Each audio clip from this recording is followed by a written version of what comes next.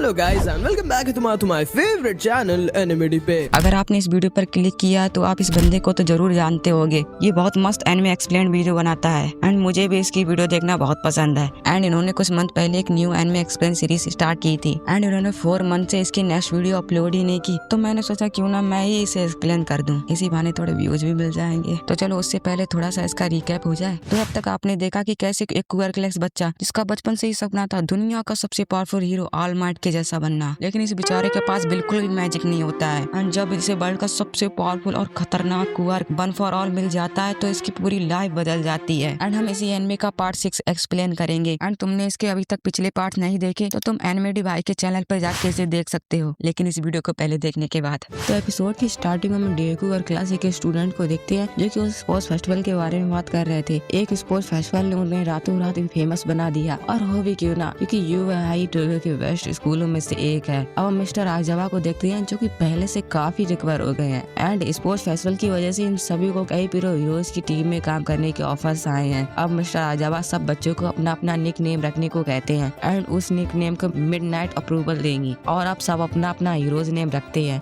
And जब बारी मिडोरे की आती है जिसे समझ ही नहीं आ रहा था कि वह क्या नाम रखे, एंड फाइनली वो अपना नाम चुन लेता है। क्या सच में मिडोरिया? ये तो हाँ, पहले मुझे ये बिल्कुल पसंद नहीं था, लेकिन किसी की वजह से मेरा इसे देखने का नजरिया ही बदल गया। अब मैं वो कमजोर डेकू नहीं रहा और मुझे ये नाम बहुत पसंद है। एंड इसके बाद ऑल माइट डेकू को अकेले में कुछ बात करने के लिए बुलाता है। मिडोरिया, तुम्हें भी किसी किताब से इंटर्नशिप आया है क्या? सच में? कौन है वो? उनका नाम है ग्रैंड टोरिडो। असल में वो मेरे टीचर हैं, उन्होंने मुझे कई बार मुर्गा बनाया। मुझे तो अभी भी उन डरावने दिनों को याद करने से डर लगता है। तुम्हें उनके साथ काफी कुछ सीखने को मिलेगा। एंड पहली बार भाई मैंने ऑल माइट को इतना डरते हुए देखा। एंड अगले दिन डेकू ऑल माइट के टीचर्स के घर पहुंच जाता है। इनका तो किसी ने मर्डर कर दिया। तुम कौन हो बच्चे? मैं इजुकु मिडोरिया, ऑल माइट का स्टूडेंट। कौन हो बच्चे? मैंने अभी तो बताया मिडोरिया। कौन सी डोरिया? नहीं मिडोरिया। तुम कौन हो? इनकी डीवीडी तो अटक गई है। मिडोरिया, तुम अपने कुएर का इस्तेमाल मेरे ऊपर क्यों नहीं करते? एंड इतना सुनते डेकू तैयार हो जाता है। एंड इसकी कॉस्ट्यूम पहले से तो काफी मस्त लग रही है। एंड इसके बाद ग्रैंड टोरिडो डेकू पर अटैक कर देते हैं।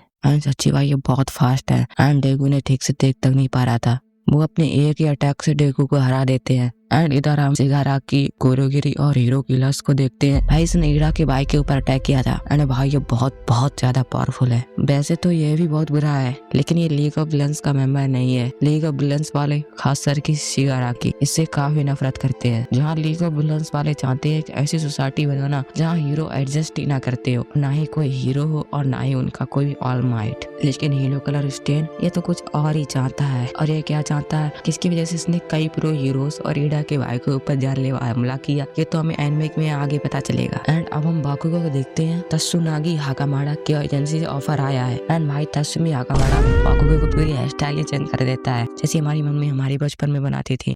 एंड बाकुगो की तरह ही ओचिगो, तत्सुयु, इगडा, इन सभी को अपने अपने पावर्स के हिसाब से प्रो हीरोज की एजेंसी मिली। एंड खास करके टोडोरोकी को। और इस एक सप्ताह में प्रो हीरोज इन सभी को अपनी पावर्स को अच्छे से यूज करना सिखाएंगे। एंड इधर डेकू भी अपनी पावर्स का थोड़ा यूज करना सीख गया है। सैनसे, ये तो मुझे बिना ट्रेनिंग किए ही सो गए। लगता है मुझे अकेले ही करना होगा। मुझे बाकुगो की तरह जंप करने के लिए अपने कुएर को अपने हाथों और पैरों में इकट्ठा करके एक परफेक्ट टाइम पर रिलीज करना होगा, और वो परफेक्ट टाइम है अब।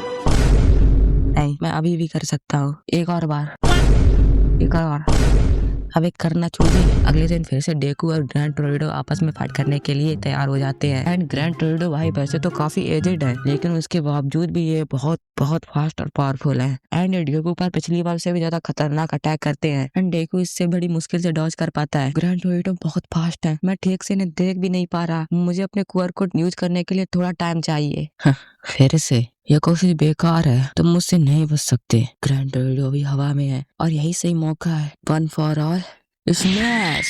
तुमने पिछली बार से काफी अच्छा किया। एंड डेकू बेशक इनसे हार गया था, लेकिन काफी समय बाद ग्रैंड टोरिडो पर किसी ने हल्की सी खरोंच कर पाई। एंड ग्रैंड टोरिडो भी भाई डेकू से धीरे धीरे इम्प्रेस होने लगे हैं। अब हम ऑल माइट और एक दूसरे बंदे को देखते हैं जो ऑल माइट को कुछ इम्पोर्टेंट बात बताने के लिए आया है। सर, अभी जो अटैक हुआ था उसमें आपकी मदद से हमने एक विलन्स को पकड़ा था जिसका नाम है नेमू। हमें अभी पता चला है कि नेमू कोई मॉन्स्टर नहीं है, वो एक इंसान था जिसे जबरदस्ती किसी ने ऐसा बनाया। हमें इसके अंदर 4 और लोगों के डीएनए मिले एंड इसी वजह से उसकी सोचने समझने की शक्ति चली गई। अब बस ये एक पपेट है। हमें लगता है कि कोई है जो एक पावर को एक बॉडी से दूसरी बॉडी में डाल सकता है। एंड भाई इतना सुनते ही ऑल माइट पूरे शॉक हो जाते हैं। उन्हें विश्वास नहीं हो रहा था कि वन फॉर ऑल का सबसे बड़ा दुश्मन ऑल फॉर वन अभी भी जिंदा है, जिसे उन्होंने अपने हाथों से खुद खत्म किया था। एंड ये ऑल फॉर वन बहुत बहुत बुरा और पावरफुल है। और अगर आपको भी जानना है कि ऑल फॉर वन कौन है जिससे ऑल माइट इतनी नफरत करते हैं, तो ये तो आपको एनिमे के कुछ सीजन बाद ही पता चलेगा। अब हम डेकू और ग्रैंड टोरेडो को देखते हैं जो कि शिबुया में डेकू की ट्रेनिंग के लिए जा रहे हैं। और इधर शिबुया में ही कुरोगिरी, हीरो किलर और शिगाराकी अपने 3 नियमों के साथ शिबुया सिटी पर अटैक कर देता है। बेशक ये नियमो बहुत पावरफुल है, लेकिन ये पिछले वाले नियमों के जितना पावरफुल नहीं है। और इधर शिबुया में ही एडा की इंटर्नशिप है और एडा को जैसे ही पता चलता है कि हीरो किलर्स भी यहाँ है, तो वह बिना कुछ सोचे ही अपने भाई का बदला लेने के लिए हीरो किलर्स को ढूंढने लगता है। एंड इधर ग्रैंड टोरेडो और डेकू आराम से मेट्रो में बैठकर जा रहे थे, तभी वहाँ पर एक प्रो हीरो आकर गिरता है एंड उसे एक नियमो मारने ही वाला था। तभी भाई ग्रैंड टोरेडो आकर उसे बचा लेते हैं।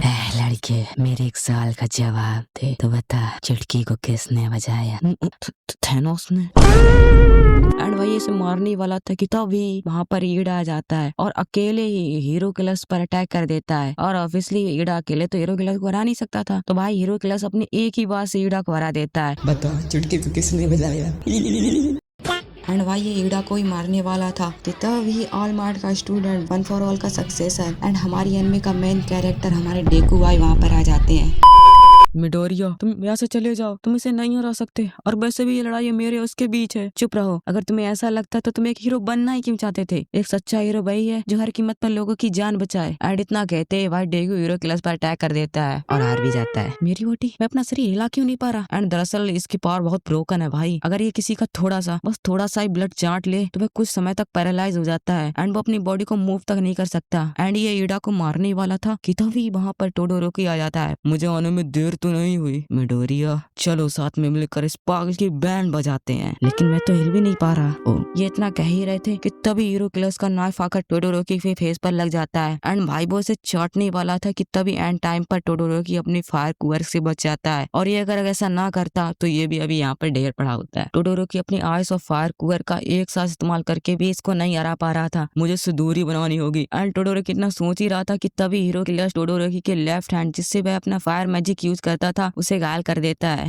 एंड ये इतने से टाइम में ये टोडोरोकी को छोड़कर अपना टारगेट इसकी ओर कर लेता है एंड ये इसे मारने वाला था कि तभी हमारे डेकू भाई बीच में आके इसे बचा लेते हैं। आखिर क्यों ये मेरे लिए अपनी जान की परवाह किए बिना मुझे बचा रहे हैं? ये सब मेरी गलती है। मैं ही बेवकूफ बदले लेने की चाहत में इतना पागल हो गया था कि बिना किसी की मदद लिए इससे लड़ने आ गया। मैं बस अपने भाई के ऊपर अटैक करने वाले को मारना चाहता था और मुझे ये भी ख्याल नहीं आया कि मुझे इसे पहले बचाना चाहिए। मुझे उठना होगा अपने दोस्तों के लिए, अपने भाई के लिए और खुद के लिए। एंड भाई ईडा इतना सोचकर अपने आप को कैसे भी करके इस मैजिक से फ्री कर लेता है और जाकर इसको वो एक जोरदार किक मार देता है एंड इससे हीरो किलर्स भाई पूरा बौखला जाता है और टोडोरोकी पर फिर से अटैक कर देता है। लेकिन इससे पहले ईडा आकर बीच में इसे बचा लेता है एंड ईडा भाई पूरा पागल हो गया था भाई। उसके दोनों पूरे हाथ कट गए थे, उसकी पूरी टांगे टूट गई थी, लेकिन फिर भी वह अपने दोस्तों को बचाने के लिए एक आखिरी किक मार देता है। एंड भाई ईडा के किक और डेकू का पंच एक साथ जाके हीरो किलर्स पर लगती है भाई और इधर हर तरफ बस तबाही दिख रही थी। एंड इसी के बीच ये वो इस लड़के को मारने वाला था कि तभी टोक्यो के सेकंड सबसे पावरफुल हीरो, लगभग ऑल माइट के जितना ही पावरफुल टोडोरोकी के फादर एंड डेवर वहाँ पे आ जाता है भाई। एंड आते ही एक नियमो को खत्म भी कर देता है और इधर दूसरे नियमो को ग्रैंड टोरेडो संभाल लेते हैं। लेकिन तीसरा नियमो जिसके पास फ्लाइंग एबिलिटी थी वो बचकर भागने लगता है एंड एंडेवर उस पर अपना अटैक भी कर देता है, लेकिन वो बचकर भाग जाता है। एंड इधर ये तीनों हीरो किलर्स को बहुत गंदा बजा रहे थे, लेकिन हीरो किलर्स डेकू और टोडोरोकी पर अटैक नहीं कर पा रहा था। एंड इतने में टोडोरोकी इसे आइस मैजिक से पूरा जमा देता है भाई एंड फाइनली ये इसे पकड़ लेते हैं। एंड तब तक ग्रैंड टोरेडो और बाकी सब हीरो वहाँ पर आ जाते हैं। अब चूती है, मैंने तुझे वहीं रुकने के लिए कहा था।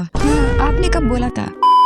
जैसे ये हीरो किलर्स को देखते हैं सब शॉक हो जाते हैं एंड ये सब इतना कह ही रहे थे कि तभी यहाँ पर वही फ्लाइंग नेमो आकर डेकू को पकड़ ले जाता है एंड इससे पहले कि ये कुछ रिएक्ट कर पाते हीरो किलर्स डेकू को बचा लेता है एंड तब तक एंडेवर भी वहाँ पर आ जाता है। एंडेवर एक नकली हीरो होने का असली मतलब मैं तुम्हें बताता हूँ। एंड ये इसे देखकर पूरा पागल हो जाता है भाई। एंड एक कतई और फार्मिंग करते हुए अकेला ही इन सभी को खत्म करने के लिए आगे बढ़ने लगता है। एंड इसका ऑरा इतना इंटेंस था कि ये सभी और यहाँ तक कि ग्रैंड टोरनटो तक हिल नहीं पा रहे थे। एंड सबकी उस टाइम पर फट जाती है भाई। तुम सब नकली हीरो हो, सिर्फ एक ही असली हीरो है जिसे मुझे खत्म करने का हक है, ऑल माइट। एंड इससे पहले ये कुछ कर पाता ये बेहोश हो जाता है। एंड इस एक पल में इन सबको अपनी मौत दिख जाती है भाई। एंड अब हमें इसका रियल इंटेंशन पता चलता है। इसे लगता था कि यहाँ सब बस नकली हीरो हैं और ये बस हीरो होने का दिखावा करते हैं एंड ये कुछ काम वाम तो करते नहीं। एंड इसी वजह से ये सभी नकली हीरो को खत्म करना चाहता था। इसी वजह से ये डेकू और टोडोरेकी को नहीं मार पा रहा था। अगले दिन हम डेकू, ईडा और टोडोरेकी को देखते हैं जो कि पूरा टूट फूट कर हॉस्पिटल में पड़े थे। एंड इस एक फाइट ने इन सभी को बता दिया था कि हमें कभी भी अपने ऊपर गुस्सा, जलन जैसे बुरे ख्यालों को आने नहीं देना है। हमें हमेशा काइंड और हम्बल रहना है और अपने दोस्तों की मदद करनी है, फिर चाहे कुछ भी हो जाए। एंड तब तक वहाँ पर हीजो शहर के पुलिस कमिश्नर केंजी तसुरागामी वहाँ पर आ जाते हैं और इनसे कहते हैं, सबसे पहले मैं आप सभी को शुक्रिया करता हूँ इतने मोस्ट वांटेड क्रिमिनल को पकड़वाने में हमारी मदद करने के लिए, लेकिन उसके लिए भी आप सभी को पनिशमेंट मिलेगी। आपको अकेले इतने खतरनाक विलन से लड़ने की कोई जरूरत नहीं थी। खैर, मैं आपको यह बताने आया था कि मैंने काफी सोचने के बाद यह तय किया है कि हम ये न्यूज बाहर नहीं आने देंगे कि हीरो किलर जैसे खतरनाक क्रिमिनल को 3 छोटे बच्चों ने पकड़ा और इस सभी का क्रेडिट हम एंडेवर को देना चाहेंगे। एंड ऐसा इन्होंने क्यों किया ये तो हमें आगे पता चलेगा। और इधर आलमार्ट और ये सब बैठे ही थे कि तभी आलमार्ट के फोन पर ग्रैंड टोरनटो फोन करके बताते हैं, टोशिनोरी तुम्हारा स्टूडेंट तुमसे भी बड़ा पागल है, वो बिना सोचे बस लोगों की मदद करने की कोशिश करता है। खैर, मैंने तुम्हें ये बताने के लिए कॉल किया कि आज डेकू ने जिस खतरनाक विलन को पकड़ा उसका तुम्हें मारने का जज्बा एक बड़े अवार्ड की तरह अटल है और यही जज्बा इसके जैसे कई हीरो किलर्स को जन्म दे सकता है। एंड ग्रैंड टोरनटो भी सही थे भाई, क्योंकि स्टेन के अंदर जो आग है वो फैलती ही जा रही थी और अगर ये न्यूज बाहर पब्लिश हो जाती तो शायद क्राइम और ज्यादा पावरफुल और खतरनाक हो जाता और लगता है आगे ऐसा ही होगा। एंड अब हम कुछ विलन्स को देखते हैं जो पता नहीं क्यों एक जगह लीग ऑफ विलन्स में इकट्ठा हो रहे थे। एंड भाई ये कुछ बहुत बड़ा करने वाले हैं जिसे देखकर तुम्हें कतई मजा आ जाएगा। एंड इतना कहती है इसका पार्ट 6 यहीं पर खत्म हो जाता है। आपको ये वीडियो कैसी लगी मुझे कमेंट में जरूर बताना और तब तक अपना और अपने का ख्याल रखना। Bye bye. रुको मुझे तुमसे कुछ बात करनी है। ओके सेकंड गाइस, मैंने पूरी कोशिश की इस वीडियो को एनिमेटेड भाई जैसा बनाने की एंड आई होप आपको ये वीडियो पसंद भी आई होगी। एंड मैं कहना तो नहीं चाहता बट मुझे इस वीडियो को बनाने में बहुत मेहनत लगी है, तो प्लीज एक छोटा सा कमेंट जरूर कर देना। एंड अब आप तुम जा सकते हो।